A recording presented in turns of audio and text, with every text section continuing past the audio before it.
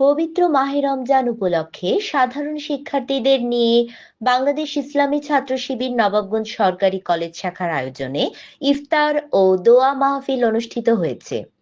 বুধবার বিকেল 5টায় নবাবগঞ্জ সরকারি কলেজ মাঠে এই ইফতার ও দোয়া মাহফিলের আয়োজন করা হয়। নবাবগঞ্জ সরকারি কলেজ শাখার সভাপতি রবিউল ইসলামের সভাপতিত্বে অনুষ্ঠানে প্রধান অতিথি হিসেবে উপস্থিত ছিলেন বাংলাদেশ জামায়াতে ইসলামী চাঁপাইনবাবগঞ্জ পৌরসভার আমির গোলাম রাব্বানী। বিশেষ অতিথি হিসেবে উপস্থিত ছিলেন বাংলাদেশ ইসলামী ছাত্র শিবিরের সাবেক সহ সভাপতি শফিক এনায়েতুল্লাহ। প্রধান অতিথির বক্তব্যে গোলাম রাব্বানী বলেন, আমরা এমন একটি রাষ্ট্র প্রতিষ্ঠা করতে চাই যেখানে কোনো ধরনের অন্যায় বা অবিচার থাকবে না। এই লক্ষ্য অর্জনের জন্য আমরা যুব সমাজকে আহ্বান জানাই, আপনারা ইসলামের ছায়াতলে আশ্রয় গ্রহণ করুন, কারণ একমাত্র ইসলামই একদিন সুন্দর ও কল্যাণময় রাষ্ট্র প্রতিষ্ঠা করতে সক্ষম।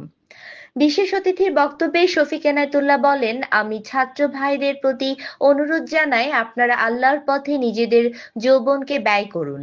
রমজান মাসে আপনারা যেভাবে সংযম ও ইবাদতে মগ্ন থাকেন, সেই একই নিষ্ঠা ও আদর্শ বজায় রেখে বাকি মাসগুলো অতিবাহিত করুন।